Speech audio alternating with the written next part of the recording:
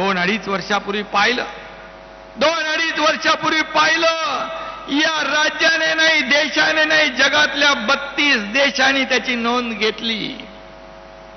आज इथं आपले सुभाष बने आले, त्याचबरोबर जाधव आले, बाळासाहेब जाधव आणि महाडिक आले, बरोबर.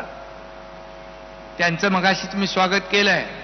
आणि राजन साळवी देखील, ते खरं म्हणजे 2.5 वर्षापूर्वीच यायला पाहिजे होते, पण ते राहिले तिकडे. जाऊ द्या, योगायोग लागतो.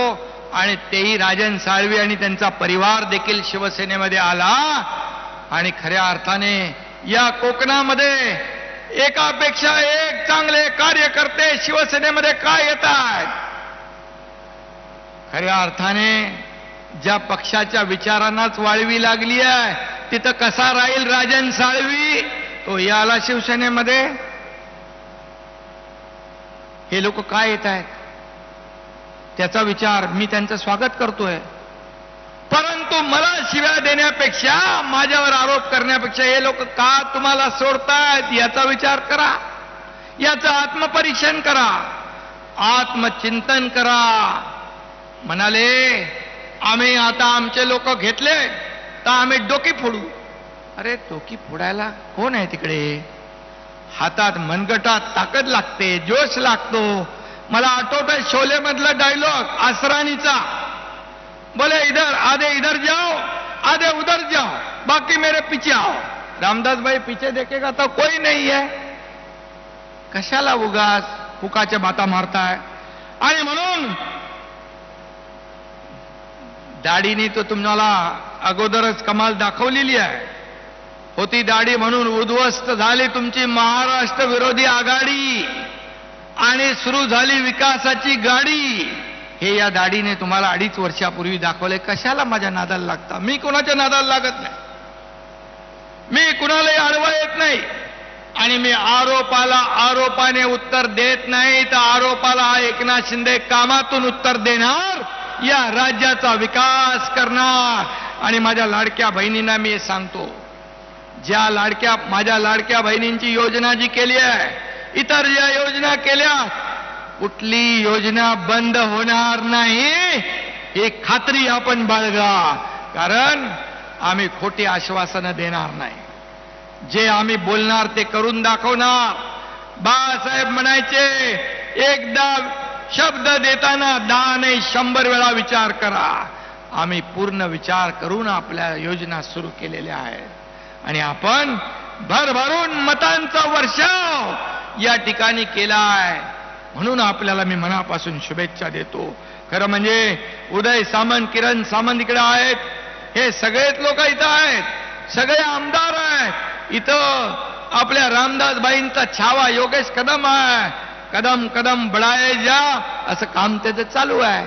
मी सांगितलं त्याला, मी उदय सामंतला सांगितलं, तुमच्याकडे जी खाती आहेत, या खात्याच्या तुमच्या विभागामध्ये तुम्ही ज्या ज्या ठिकाणी आवश्यक त्या ठिकाणी भेटी द्या. मंत्रालयात बसून राहता कामा नये, थेट लोकांमध्ये गेलं पाहिजे, लोकांना ऐकलं पाहिजे, संवाद साधला पाहिजे, त्यांच्या अडचणी समजून सोडवल्या पाहिजे. तात्काळ सगळे मंत्री लोकांमध्ये जाऊ लागले. का घरात बसून राज्य चालवता येतं?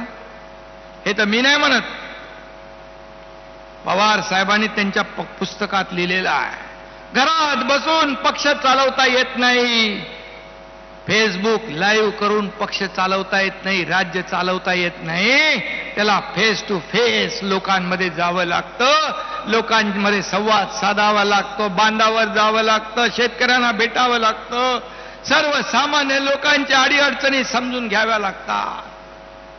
हा एकनाथ शिंदे शेतकऱ्याचा मुलगा, सर्वसामान्य परिवारातून आम्ही आलो. ही शिवसेना मोठी करण्यामध्ये रामदासबाई, दानेसाहेब, इतर आपले नेते, या सर्व कार्यकर्त्यांनी शिवसेना मोठी केली. घरादारावर तुळशीपत्र ठेवलं, केसेस अंगावर घेतल्या, तेव्हा शिवसेना मोठी झाली. सोन्याचा चमचा घेऊन आम्ही जन्माला आलो नाही, परंतु सर्वसामान्य माणसाच्या जीवनामध्ये सोन्याचे दिवस आणण्यासाठी आमचा जन्म झालेला आहे. सोन्याचे दिवस आणण्यासाठी. आणि ते आम्ही आणतोय. सुरुवात 2.5 वर्षापूर्वी झाली. तोच वेग यापुढे तुम्ही जे आम्हाला मॅन्डेट दिलंय, जे बहुमत दिलंय, त्याच्यामुळे आणखी आमची जबाबदारी वाढली आहे. आमची जबाबदारी आणखी वाढली आहे. आणि म्हणून या राज्याला पुढे नेण्यासाठी केंद्राचं देखील पाठबळ आपल्याला. आज परवाच कुठे मी वाचलं,